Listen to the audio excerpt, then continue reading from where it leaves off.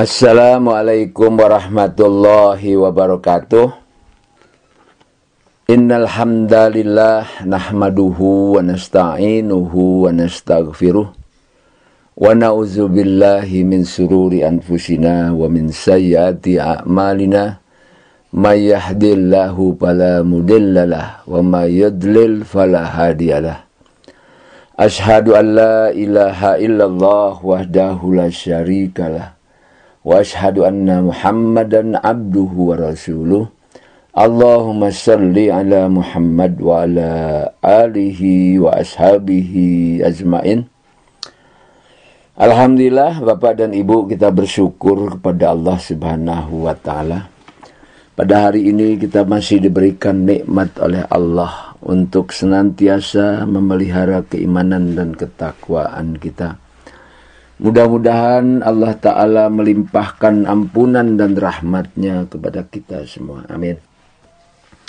Bapak dan Ibu sekalian, hari ini kita akan menjelaskan tentang karakter yang terbangun karena sholat khusyuk dan surat Al-Fatihah.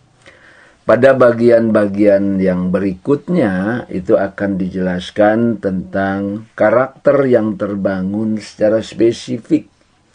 Karena kita di dalam sholat membaca suratul Fatihah.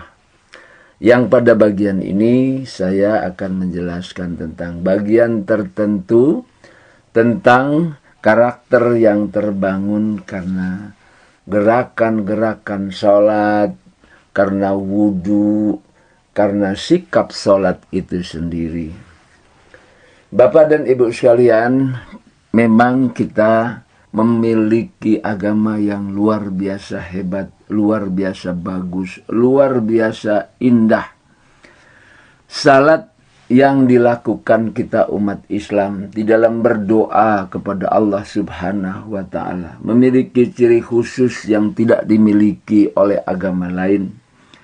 Kalau agama lain kita melihat dia berdoa, dia sholat kita sebut, tapi badannya diam saja dan dia seakan-akan tidak ada gerakan sama sekali. Tetapi berbeda dengan sholat kita, di mana kita dalam sholat itu selalu berdoa, selalu memuja, memuji, menyanjung kepada Allah Subhanahu wa ta'ala.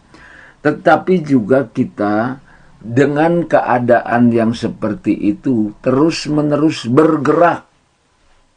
Jadi pada saat kita memuja, memuji, mengagungkan Allah dan berdoa, kita itu bergerak. Bergerak, berdiri, duduk, kemudian sujud, kemudian ruku, dan seterusnya berulang-ulang. Antara doa di lidah, doa di hati, doa yang dirasakan, yang dijiwai oleh kita, itu bersamaan dengan itu juga kita diwajibkan untuk bergerak. Nah, karena itulah di dalam agama Islam, orang Islam itu berdoa, memuja, memuji Tuhannya itu ada satu kesatuan antara lidah dan gerakan badan serta hati dan jiwa berjalan bersamaan.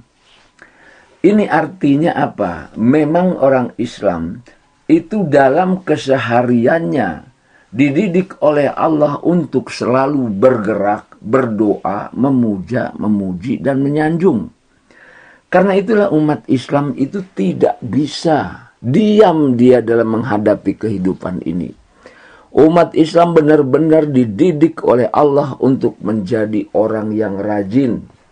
Rajin di dalam bergeraknya, rajin di dalam berjuangnya, rajin di dalam berdoanya, rajin di dalam memuja, memuji, dan mengagungkan Allah. Nah, inilah bimbingan Islam tentang cara-cara berdoa atau sholat itu. Yang berarti bahwa kita melihat umat Islam itu sangat produktif. Umat Islam itu tidak menyia-nyiakan waktu dalam hidupnya. Dia bekerja dengan rajin. Pada saat bekerja juga dia menghubungkan diri dengan Tuhannya. Karena itulah sikap yang dibangun oleh sholat ini luar biasa. Luar biasa. Yaitu sikap dinamis, yaitu sikap produktif, yaitu penuh dengan inisiatif dan rajin, selalu mencari kesibukan. Tetapi bukan hanya itu saja. Dia bekerja, dia berdoa bersamaan. Artinya apa?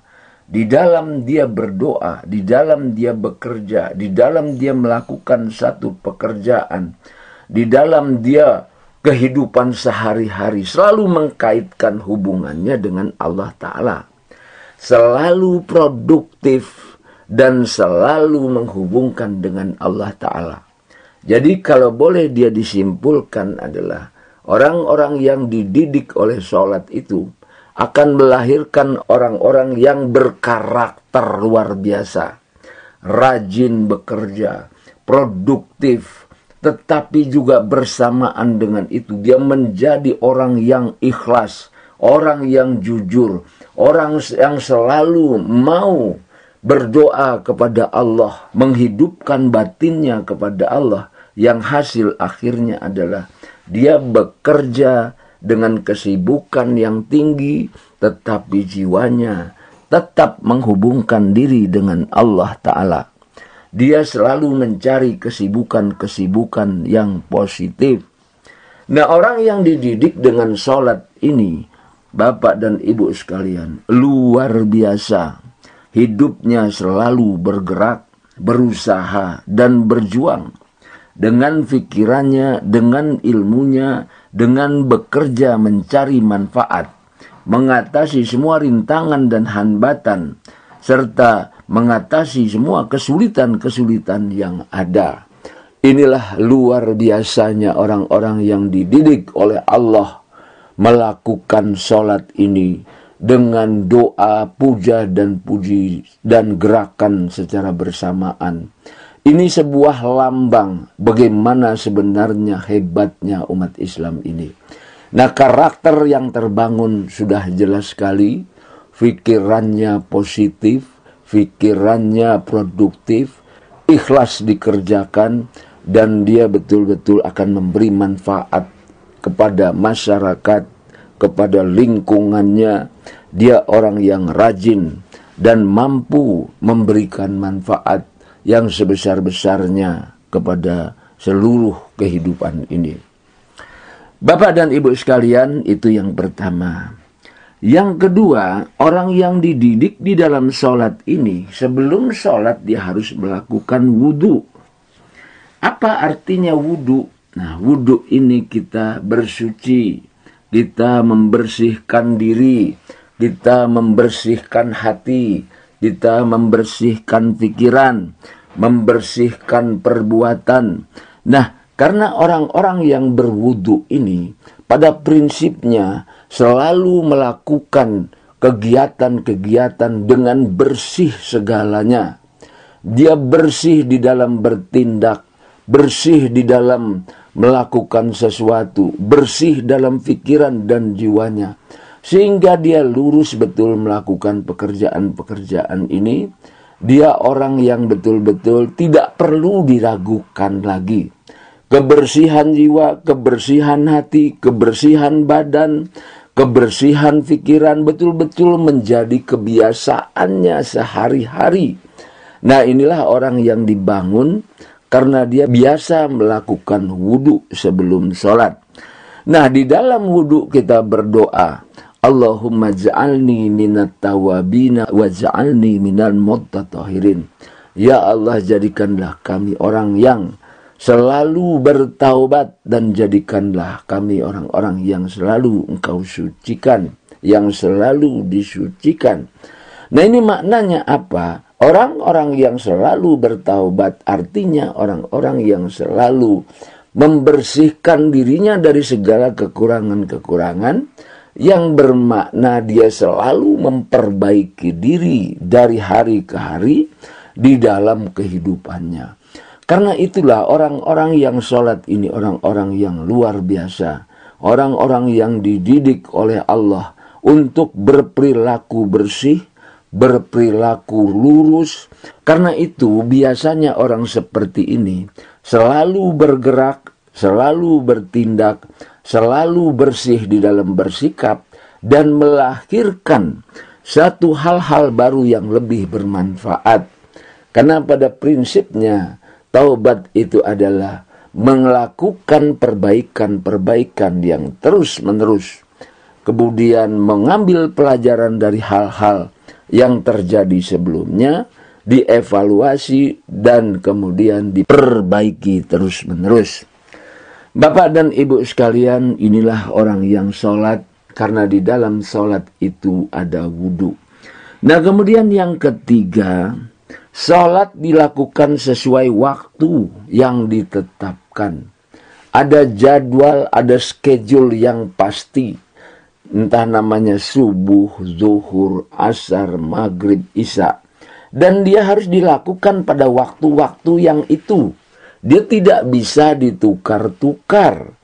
Dan ini kalau dia dilakukan dalam tempo lama, dalam waktu yang panjang, karena sholat ini menjadi kewajiban seumur hidup, maka hasil yang ditimbulkan dari menepati waktu itu adalah disiplin yang tinggi, menumbuhkan watak disiplin yang tinggi.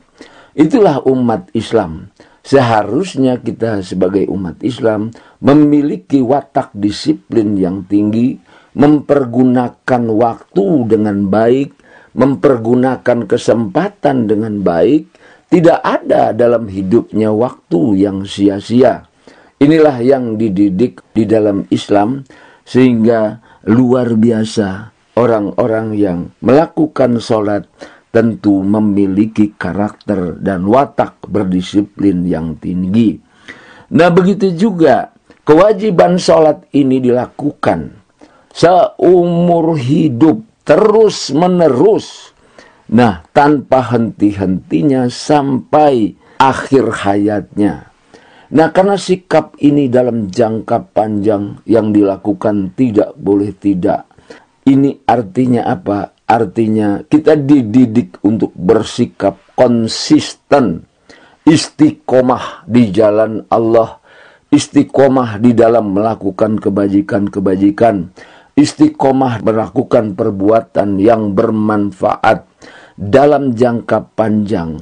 Umat Islam karena sholatnya ini telah memiliki schedule yang jelas dalam jangka panjang. Dan apa-apa yang harus dilakukan telah direncanakan dengan baik dan dilakukan secara konsisten dan istiqomah. Nah, inilah yang keempat, bahwa orang-orang yang dididik oleh sholatnya itu, dia akan menghasilkan karakter yang istiqomah. Nah, kemudian yang kelima, bahwa tujuan sholat adalah semata-mata pengabdian kepada Allah Subhanahu wa Ta'ala. Pengabdian, sujud, ruku, berdiri, duduk, dan seterusnya, yang ditujukan semata-mata untuk pengabdian kepada Allah Subhanahu wa Ta'ala. Karena itu, karena tujuannya jelas, karena sasarannya jelas kepada Allah Subhanahu wa Ta'ala sebagai Tuhan, di mana kita manusia ini sebagai hambanya, pengabdian kepada Allah dilakukan dengan tulus.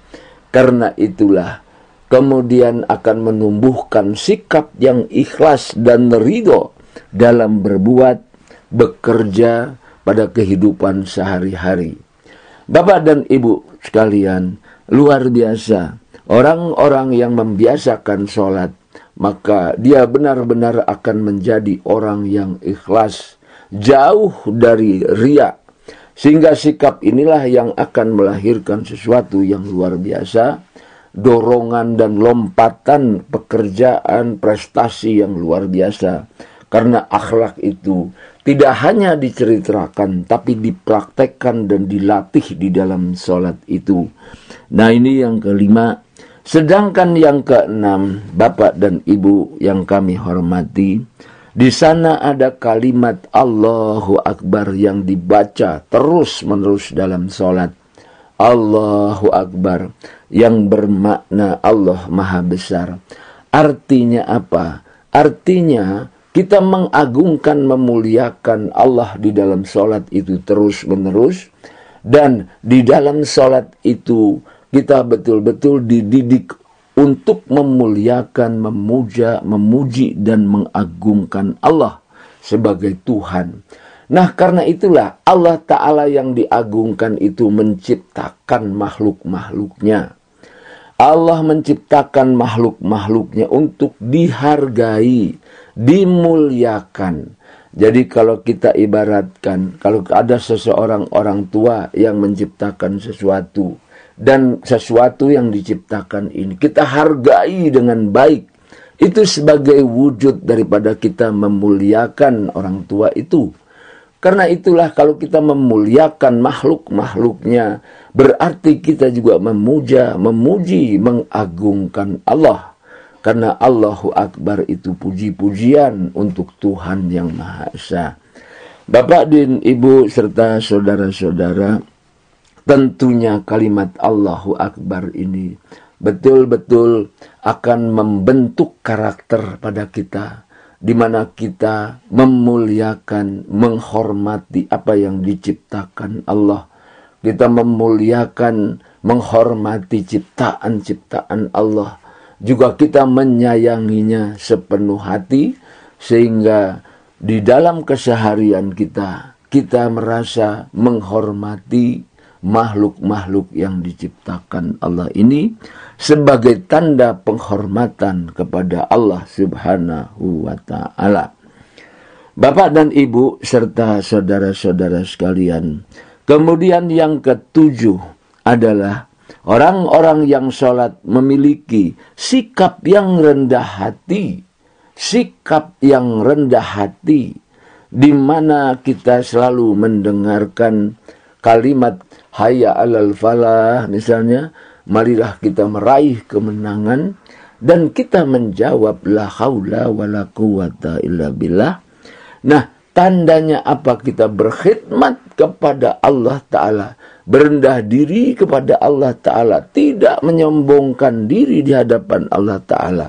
Dan kita sangat meyakini dan mengakui bahwa segala sesuatu yang diberikan Allah pada kita merupakan nikmat, yang akhirnya nikmat itu akan dipergunakan untuk mencapai kemenangan, untuk membangun hal-hal yang bermanfaat.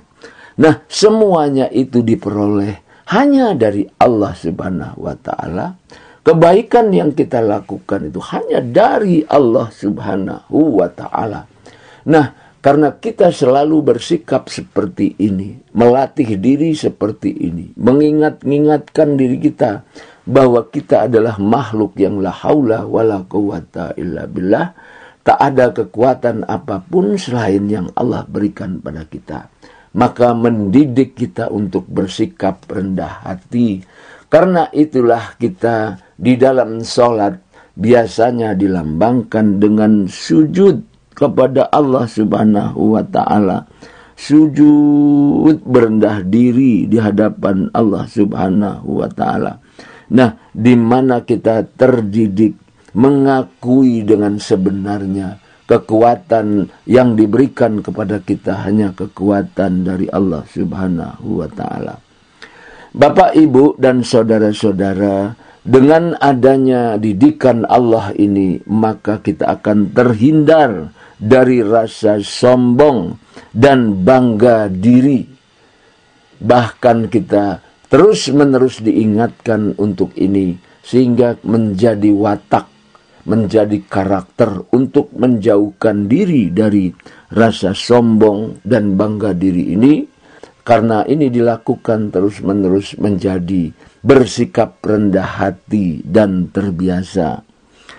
Bapak dan Ibu sekalian, yang ke-8, kita sering membaca Sami Allah, yang maknanya adalah yang maha mendengar, yang maha melihat, yang maha memahami, yang maha mengawasi, dan seterusnya.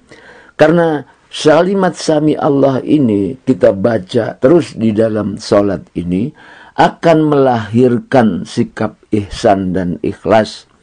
kita merasa diawasi, merasa didengarkan, merasa difahami, merasa dilihat. Karena kita tahu dengan pasti bahwa Allah memang maha melihat, Allah maha mendengar, Allah maha memahami. Apa yang dipahami oleh Allah bukan hanya benda-benda yang terlihat, tetapi juga Allah memahami pikiran kita, perasaan kita, hati kita, jiwa kita. Maka apabila telah terbiasa kita membaca ini, akan lahir sikap ihsan, sikap ikhlas dalam hidupnya yang terbawa dalam kehidupan sehari-hari. Di dalam kehidupan sehari-hari, orang yang biasa membaca Sami Allah akan merasakan dirinya betul-betul dilihat Allah, didengarkan oleh Allah, dirasakan, artinya apa? Difahami di dalam dirinya oleh Allah Subhanahu wa Ta'ala. Maka sikap ihsan itu akan terbangun. Nah, apabila sikap ihsan terbangun, tentu tindakannya adalah tindakan yang jujur, benar, dan ikhlas. Bapak, Ibu, dan saudara-saudara, memang betul-betul sikap yang dibangun di dalam sholat ini luar biasa. Dan yang kesembilan, karena kita merasa diawasi, dilihat, didengar dan difahami terus-menerus dengan keyakinan bahwa Allah selalu bersama kita, sehingga kita takut melakukan perbuatan tercela. Dan akhirnya juga kita, karena kita memahami betul keadaan ini, maka orang-orang yang selalu ihsan dalam hidupnya akan mampu mencegah perbuatan keji dan munkar pada hidupnya dalam keadaan sesulit apapun. Nah, inilah yang dimaksud oleh Allah Ta'ala di dalam surat Al-Ankabut ayat 45. Inna sholata tanha anil fahsya'i wal munkar. Sesungguhnya sholat itu mampu mencegah perbuatan keji dan munkar. Bapak, Ibu, dan saudara-saudara, kurang lebih ada 9 karakter yang terbangun di dalam sholat ini. Dan kemudian kalau itu kita lakukan, kita hayati makna-makna, baik itu sholat, baik itu khusyuk, baik itu gerakan-gerakannya, baik itu wudhu dan sebagainya. Apabila itu merasuk ke dalam diri kita, terjiwai di dalam diri kita, maka hidup kita, keadaan kita pasti menjadi orang yang terbaik karena didikan sholat ini. Bapak dan Ibu yang dirahmati Allah Subhanahu wa Ta'ala, karakter yang terbangun karena sholat khusyuk dan membaca surat Al-Fatihah ini kita simpulkan sebagai berikut. Yang pertama adalah sholat dengan gerakan badan mencerminkan doa, usaha, dan perjuangan berjalan seiring dalam kehidupan sehari-hari. Selalu ada hubungannya yang dilakukan oleh setiap umat Islam, hubungan antara dirinya dan Tuhannya. Dia menyatukan antara perbuatan dan doa-doa. Dan dimanapun dia berada, jiwanya dan lidahnya selalu memuliakan Tuhan dan memohon bimbingannya. Hidupnya selalu bergerak, berusaha, dan berjuang dengan pikirannya, ilmunya, dan bekerja memberi manfaat untuk mengatasi semua rintangan-rintangan dan hambatan serta kesulitan yang ada. Orang-orang yang salat itu adalah orang-orang yang rajin bekerja dan selalu mengisi kesibukan dengan hal-hal yang positif. Yang kedua adalah orang-orang yang wudu, yaitu orang-orang yang bersih hatinya, pikirannya, dan perbuatannya. Dia selalu memperbaiki kekurangan, kesalahan, dan selalu menciptakan hal-hal yang baru dalam hidupnya. Yang ketiga adalah Karena salat ditetapkan waktunya dan dilakukan terus-menerus sesuai waktu yang ditentukan, maka akan menumbuhkan sikap dan watak disiplin yang tinggi. Yang kelima, kewajiban salat yang dilakukan seumur hidup dan terus-menerus tanpa berhenti menumbuhkan sikap konsisten dan istiqomah. Yang kelima, tujuan salat semata-mata hanya mengabdikan diri kepada Allah Tuhan semesta alam akan menumbuhkan sikap ikhlas dan ridho dalam berbuat, bekerja dalam kehidupan sehari-hari. Yang keenam, orang yang sholat dengan menyebut kalimat Allahu Akbar akan menumbuhkan sikap menghormati semua makhluk yang ada karena biasa memuliakan Allah, sehingga juga memuliakan semua makhluk yang diciptakan oleh Allah dan tidak merusak makhluk-makhluknya dan lingkungan.